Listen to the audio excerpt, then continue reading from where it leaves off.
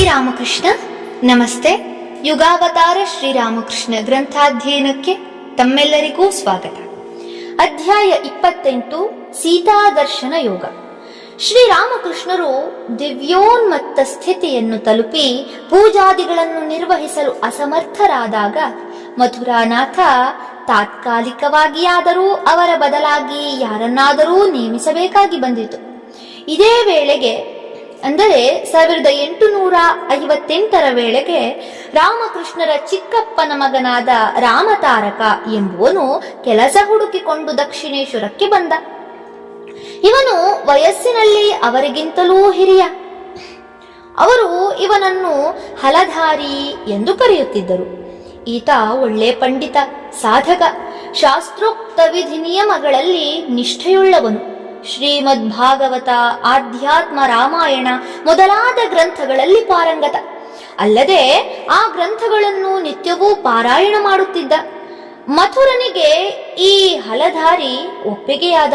ಆದ್ದರಿಂದ ರಾಮಕೃಷ್ಣರಿಗೆ ಬದಲಾಗಿ ಹಲಧಾರಿಯನ್ನು ಕಾಳಿ ದೇವಾಲಯದ ಅರ್ಚಕನನ್ನಾಗಿ ನೇಮಿಸಲು ಉದ್ಯುಕ್ತನಾದ. ಹಲಧಾರಿ ಮೂಲತಃ ವಿಷ್ಣು ಭಕ್ತ. ಆದರೆ ಅವನಿಗೆ ದೇವಿಯ ಮೇಲೆ ದ್ವೇಷವೇನಿರಲಿಲ್ಲ. ಮಥುರನ ಕೋರಿಕೆಗೆ ಸಂತೋಷದಿಂದ ಒಪ್ಪಿದ. ಹಲಧಾರಿ ತನ್ನ ಆಹಾರಾದಿಗಳ ವಿಷಯದಲ್ಲಿ ತುಂಬ ಕಟ್ಟುನಿಟ್ಟು. ಅವನು ಸ್ವಪಾಕವನ್ನಲ್ಲದೆ ಬೇರೇನನ್ನೂ ಉಣ್ಣುತ್ತಿರಲಿಲ್ಲ. ಈಗ ಅವನು ಕಾಳಿ ದೇವಾಲಯದ ಅರ್ಚಕನಾಗಿ ನೇಮಕಗೊಳ್ಳುವಾಗಲೂ ತನ್ನ ಬೇಡಿಕೆಯನ್ನು ಮುಂದಿಟ್ಟ. ತನಗೆ ಸ್ವಂತ ಅಡಿಗೆ ಮಾಡಿಕೊಳ್ಳಲು ಪಡಿ ಒದಗಿಸಿಕೊಡಬೇಕು ಎಂದು. ಮಥುರ ಮೊದಲು ಅದಕ್ಕೆ ಒಪ್ಪಲಿಲ್ಲ. ಹೇಳಿದ, ಏಕೆ? ನಿಮ್ಮ ಸೋದರ ರಾಮಕೃಷ್ಣರೂ ಅಳಿಯ ಹೃದಯರಾಮರೂ ದೇವಸ್ಥಾನದಲ್ಲೇ ಪ್ರಸಾದ ತೆಗೆದುಕೊಳ್ಳುತ್ತಾರೆ. ಹಾಗಿರುವಾಗ ನೀವು ಅಲ್ಲೇ ತೆಗೆದುಕೊಳ್ಳಲು ಅಭ್ಯಂತರವೇನು? ಇದಕ್ಕೆ ಬುದ್ಧಿವಂತನಾದ ಹಲಧಾರಿ ಕೊಟ್ಟ ಉತ್ತರ ಸ್ವಾರಸ್ಯಕರವಾಗಿದೆ. ಅವನಿಂದ, ಇಲ್ಲ ಇಲ್ಲ, ನನ್ನ ವಿಷಯವೇ ಬೇರೆ, ಅವರ ವಿಷಯವೇ ಬೇರೆ. ಹೃದಯರಾಮನು ಈ ನೀತಿ ನಿಯಮಗಳನ್ನೆಲ್ಲ ಇಟ್ಟುಕೊಂಡವನೇ ಅಲ್ಲ. ಆದ್ದರಿಂದ ಅವನು ಎಂತಹ ಪರಿಸ್ಥಿತಿಗೂ ಒಗ್ಗಿಕೊಳ್ಳಬಲ್ಲ. ಇನ್ನು ರಾಮಕೃಷ್ಣನಾದರೋ ಅತ್ಯುನ್ನತ ಆಧ್ಯಾತ್ಮಿಕ ಸ್ಥಿತಿಯಲ್ಲಿರುವವನು. ಅವನಿಗಂತೂ ಯಾವ ದೋಷವೂ ತಗಲಲಾರದು. ಆದರೆ ನನ್ನ ವಿಷಯದಲ್ಲಿ ಹಾಗಾಗುವುದಿಲ್ಲ. ನಾನು ಆಹಾರದ ವಿಷಯದಲ್ಲಿ ವ್ರತಭಂಗ ಮಾಡಿದರೆ ತಪ್ಪಾಗುತ್ತದೆ. ಹಲಧಾರಿಯ ನಿಷ್ಠೆ ಮಥುರನಿಗೆ ಮೆಚ್ಚುಗೆಯಾಯಿತು. ಅಂದಿನಿಂದ ಅವನು ಕಾಳಿ ದೇವಾಲಯದ ಅರ್ಚಕನಾಗಿ ನೇಮಕಗೊಂಡ. ಅವನು ದೇವಾಲಯದ ಉಗ್ರಾಣದಿಂದ ತನಗೆ ಬೇಕಾದ ದವಸ ಧಾನ್ಯಗಳನ್ನು ಪಡೆದುಕೊಳ್ಳುತ್ತಿದ್ದ. ಬಳಿಕ ಪಂಚವಟಿಯ ಬಳಿಯಲ್ಲಿ ತಾನೇ ಬೇಯಿಸಿಕೊಂಡು ಊಟ ಮಾಡುತ್ತಿದ್ದ. ಹಲಧಾರಿ ದೇವಿಯ ಪೂಜೆಯನ್ನೇನೋ ಮಾಡಿಕೊಂಡು ಬಂದ. ಆದರೆ ಅವನಿಗೆ ಪಶುಬಲಿ ಎಂದರೆ ಆಗುತ್ತಿರಲಿಲ್ಲ. ಉತ್ಸವದ ದಿನಗಳಲ್ಲಿ ಕಾಳಿಗೆ ಪಶುಬಲಿ ನೀಡುವುದು ವಾಡಿಕೆ. ಅಂತಹ ಸಂದರ್ಭಗಳಲ್ಲಿ ಅವನು ತನ್ನ ಇಚ್ಛೆಗೆ ವಿರುದ್ಧವಾಗಿ ನಡೆದುಕೊಳ್ಳಬೇಕಾಯಿತು. ಈ ರೀತಿ ಅರೆಮನಸ್ಸಿನಿಂದ 1 ತಿಂಗಳ ಕಾಲ ಅವನು ಪೂಜೆಯನ್ನು ನಿರ್ವಹಿಸಿದ.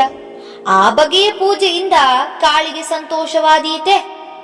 ಒಂದು ದಿನ ಅವನು ಸಂಧ್ಯಾವಂದನೆಗೆ ಕುಳಿತಿದ್ದಾಗ ರೌದ್ರಾಕಾರ ತಾಳಿದ ದೇವಿಯನ್ನು ಕಂಡ. ಮೊದಲು ಇಲ್ಲಿಂದ ಎದ್ದು ತೊಲಗು, ನೀನು ನನ್ನ ಪೂಜೆಯನ್ನು ಮಾಡಬೇಡ. ಹಾಗೇನಾದರೂ ಮಾಡಿದೆಯೋ ನಿನ್ನ ಮಗ ಸತ್ತು ಹೋಗುತ್ತಾನೆ, ಎಚ್ಚರಿಕೆ ಎಂದು ಆಕೆ ಗುಡುಗಿದಂತಾಯಿತು. ಹಲಧಾರಿ ಮೊದಲು ಸ್ವಲ್ಪ ಭಯಪಟ್ಟ. ಆದರೆ ಆಮೇಲೆ ಅದು ತನ್ನ ಚಿತ್ತಭ್ರಮೆಯಷ್ಟೇ ಎಂದುಕೊಂಡು ಪೂಜೆಯ ಕಾರ್ಯವನ್ನು ಮಾಡುತ್ತಲೇ ಬಂದ. ಕೆಲ ದಿನಗಳಲ್ಲೇ ಅವನಿಗೆ ಸುದ್ದಿ ಬಂತು. ಊರಿನಲ್ಲಿದ್ದ ತನ್ನ ಮಗ ಆಕಸ್ಮಿಕವಾಗಿ ಮರಣ ಹೊಂದಿದ ಎಂದು. ಹಲಧಾರಿ ತನ್ನ ದೌರ್ಭಾಗ್ಯಕ್ಕಾಗಿ ಬಹಳ ದುಃಖಿಸಿದ. ರಾಮಕೃಷ್ಣರ ಬಳಿಗೆ ಹೋಗಿ ಎಲ್ಲವನ್ನೂ ಹೇಳಿಕೊಂಡ.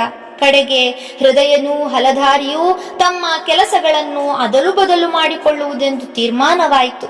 ಹೃದಯನು ಶ್ರೀ ಕಾಳಿ ಮಾತೆಯನ್ನು, ಹಲಧಾರಿಯು ರಾಧಾ ಗೋವಿಂದರನ್ನು ಅರ್ಚಿಸತೊಡಗಿದರು. ರಾಮಕೃಷ್ಣರು ಕಾಳಿದೇವಿಯ ಅರ್ಚಕರಲ್ಲ, ಆರಾಧಕರು, ದಿವ್ಯ ಸಾಧಕರು. ಹಾಗಾದರೆ ಅವರಿಗೆ ಅರ್ಚಕ ವೃತ್ತಿಯಿಂದ ನಿವೃತ್ತಿಯಾಯಿತೆಂದ ಮೇಲೆ ಉದರಂಭರಣಕ್ಕೆ ಮಾರ್ಗ. ಆ ಪ್ರಶ್ನೆ ಏಳುವ ಸಂಭವವೇ ಇರಲಿಲ್ಲ. ಅವರು ದಕ್ಷಿಣೇಶ್ವರದಲ್ಲಿ ಉಳಿದುಕೊಂಡು ತನ್ನ ಕಣ್ಣೆದುರಿಗಿದ್ದರೆ ಮಥುರನಿಗೆ ಅದೇ ಮಹದಾನಂದ. ಹೊಸ ದೇವಾಲಯದಲ್ಲಿ ಪ್ರತಿಷ್ಠಾಪಿತಳಾದ ಮಹಾಕಾಳಿಯನ್ನು ಜಾಗೃತಗೊಳಿಸಿದ ಮಹಾತ್ಮರಲ್ಲವೇ ಅವರು. ಆದ್ದರಿಂದ ಅವರನ್ನು ಸಂತೋಷವಾಗಿಟ್ಟಿರಲು ಮಥುರ ಏನು ಮಾಡಲೂ ಸಿದ್ಧ, ಎಷ್ಟು ಖರ್ಚು ಮಾಡಲೂ ಸಿದ್ಧ. ಅವನ ಸಂಪತ್ತೆಲ್ಲ ಅವರ ಸೇವೆಗೆ ಮೀಸಲು. ಆದರೆ ರಾಮಕೃಷ್ಣರಿಗೆ ಏನು ತಾನೇ ಬೇಕಾಗಿದೆ? ಊಟಕ್ಕೆ ದೇವಾಲಯದ ಪ್ರಸಾದವೇ ಸಾಕು. ಅಂದರೆ ರಾಮಕೃಷ್ಣರ ವಾಸಕ್ಕೆ ಕಾಳಿ ದೇವಾಲಯದ ಕೋಣೆ ಇದ್ದೇ ಇತ್ತು. ಪ್ರತಿದಿನವೂ ದೇವಿಗೆ ನೈವೇದ್ಯ ಮಾಡಿದ ಹವಿಷ್ಯಾನ್ನವನ್ನು, ಹಣ್ಣುಗಳನ್ನು ಅವರ ಕೋಣೆಗೆ ತಂದು ತಲುಪಿಸುತ್ತಿದ್ದರು. ಅಲ್ಲದೆ ಬದುಕಿರುವವರೆಗೂ ಅವರಿಗೆ ತಿಂಗಳಿಗೆ 7 ರೂಪಾಯಿಗಳ ಸಂಬಳವನ್ನು, ಇದನ್ನು ನಿವೃತ್ತಿ ಭತ್ಯೆ ಎನ್ನಬಹುದು, ಸಂಬಳವನ್ನು ಕೊಡಿಸಲು ಮಥುರ ವ್ಯವಸ್ಥೆ ಮಾಡಿಸಿದ. ಅಲ್ಲದೆ ಸದಾ ದೈವೀ ಭಾವದಲ್ಲೇ ಉನ್ಮತ್ತರಾಗಿರುವವರಿಗೆ ಬಾಹ್ಯ ಪ್ರಪಂಚದ ಕಡೆಗೆ ಗಮನವಾದರೂ ಎಲ್ಲಿ? ಆದ್ದರಿಂದ ಅರ್ಚಕ ಪದವಿಯಿಂದ ಬಿಡುಗಡೆಯಾದ ಮೇಲೆ ಅವರು ನಿಶ್ಚಿಂತೆಯಿಂದ ತಮ್ಮ ಸಾಧನೆಗಳಲ್ಲಿ ತೊಡಗಲು ಅನುಕೂಲವಾಯಿತು. ಶ್ರೀರಾಮಕೃಷ್ಣರ ಆಧ್ಯಾತ್ಮಿಕ ಸಾಧನೆಗಳು 12 ವರ್ಷಗಳ ಸುದೀರ್ಘ ವ್ಯಾಪ್ತಿಯಲ್ಲಿ ಒಳಗೊಂಡಿವೆ. ಈ ಅವಧಿಯನ್ನು 4 ವರ್ಷಗಳ 3 ಭಾಗಗಳಾಗಿ ವಿಂಗಡಿಸಬಹುದು. ಏಕೆಂದರೆ ಈ ವಿವಿಧ ಸಮಯಗಳಲ್ಲಿ ಅವರು ಕೈಗೊಂಡ ಸಾಧನೆಗಳ ಸ್ವರೂಪ ಭಿನ್ನವಾದದ್ದು. ಇವುಗಳಲ್ಲಿ ಮೊದಲ 4 ವರ್ಷಗಳ ಸಾಧನೆಯ ಕೆಲವಂಶಗಳನ್ನ ಈವರೆಗೆ ನೋಡಿದ್ದೇವೆ. ಈ ಅವಧಿಯಲ್ಲಿ ಶ್ರೀರಾಮಕೃಷ್ಣರು ಸಾಧನೆಗೆ ಸಂಬಂಧಿಸಿದಂತೆ ಪಡೆದುಕೊಂಡ ಏಕಮಾತ್ರ ಸಹಾಯವೆಂದರೆ ಕೇನಾರಾಮ ಭಟ್ಟಾಚಾರ್ಯರಿಂದ ಶಕ್ತಿ ಮಂತ್ರವನ್ನು ಸ್ವೀಕರಿಸಿದ್ದು. ಅದೊಂದರ ಆಧಾರದ ಮೇಲೆಯೇ ಅವರು ನೇರವಾಗಿ ಸಾಧನೆಯಲ್ಲಿ ತೊಡಗಿದರು, ಆಳವಾಗಿ ಮುಳುಗಿದರು. ಭಗವತಿಯ ಸಾಕ್ಷಾತ್ಕಾರ ಮಾಡಿಕೊಳ್ಳಲೇಬೇಕೆಂಬ ಉತ್ಕಟ ವ್ಯಾಕುಲತೆಯೊಂದೇ ಅವರಿಗಿದ್ದ ಬಲ.